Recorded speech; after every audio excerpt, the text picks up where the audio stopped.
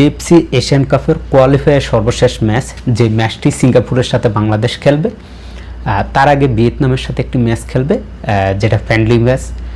তার জন্য ইতিমধ্যে এই ভিয়েতনাম এবং সিঙ্গাপুরের বিপক্ষে যারা খেলবে এরকম প্রায় 36 জনের একটি প্রাথমিক স্কোয়াড ঘোষণা করা হয়েছে। সেখানে কারা কারা আছে সেই বিষয়ে জানাবো। এর আগে আপনাদেরকে জানিয়ে দিচ্ছি, দীর্ঘদিন পর ইনজুরি থেকে সুস্থ হয়ে আবারও এই প্রাথমিক স্কোয়াডে জায়গা করে নিয়েছে বিশ্বনাথ ঘোষ, এবং সেই সাথে এই যে খুবই ভালো করছে আনিসুল হক জিকো, তাকেও এই প্রাথমিক স্কোয়াডে রাখা হয়েছে। এছাড়াও নতুন তুর্কি, একেবারে নতুন মিনাজুল ইসলাম, তাকেও দলে অন্তর্ভুক্ত করা হয়েছে। আজকে 14 তারিখ, আজকে 14 তারিখে কিন্তু জাহান আহমেদ বাংলাদেশে আসবে, এবং গতকালকে কিন্তু আপনারা জানেন যে দুবাই যেই ক্লাবে জাহান আহমেদ গিয়েছেন সেই ক্লাবের হয়ে প্রথমবারের মতো অধিনায়ক হিসেবে অর্থাৎ ক্যাপ্টেন হিসাবে আজকে সেই দল পরিচালনা করছে রিমাল আল সারা ক্লাবের হয়ে, যেটা খুব অল্প দিনেই অধিনায়কত্ব পেয়েছে জাহান আহমেদ। এবং আগামী 16 মার্চ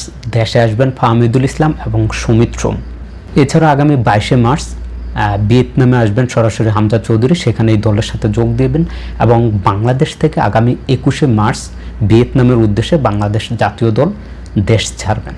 বলুন, যে স্কোয়াডটা ঘোষণা করা হয়েছে সেই স্কোয়াডে কোন ক্লাবের কতজন আছে স্ক্রিনে এই মুহূর্তে দেখতে পাচ্ছেন। যে বসুন্ধরা কিংসের আনিসুর রহমান জিকু, সোহেল রানা, চাঁদ উদ্দিন, ফয়সাল আহমেদ, বিশ্বনাথ ঘোষ, সোহেল রানা, তাজ উদ্দিন, শাহরিয়ার ইমন, হৃদয়, মুজিবুর এবং মেহেদি হাসান সাবন।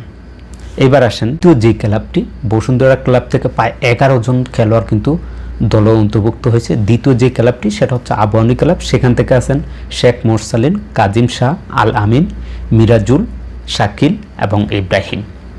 এবার আসেন তৃতীয় যে ক্লাবটি আছে সেই ক্লাবটি হচ্ছে মোহামেডান, যেই ক্লাব থেকে আছেন সুজন, রহমত মিয়া, শাকিল আহমেদ তফু এবং সুমন রাজা। এবং আদার্স অন্যান্য যেই ক্লাবগুলো আছে সেই ক্লাব থেকে যেমন জামাল বুইয়া আছেন, স্বাধীন, মিনহাজুল, আরহাম এবং সোহান এবং আয়ান, আরও আছেন আবদুল্লাহ, তারপর হচ্ছে মঞ্জুর রহমান এবং ঈশা ফয়সাল। সর্বশেষ যে নামটি সেটা হচ্ছেন রাব্বি।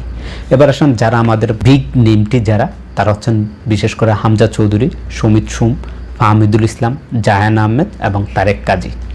তবে সবচাইতে দুঃখের বিষয় হচ্ছে কি, এই যে প্রাথমিক যে স্কোয়াড, এই স্কোয়াডে কিউবা মিসেলের নামটি নেই। এটা না থাকার কারণে আমি খুবই হতাশ। আদৌ কিউবা মিসেল এই দুইটি টিমের বিপক্ষে সুযোগ পাবে কিনা বা দলে অন্তর্ভুক্ত হবে কিনা সেটা আমার জানা নেই। খেলাধুলার সকল আপডেট পেতে চোখ রাখুন এসপেলে।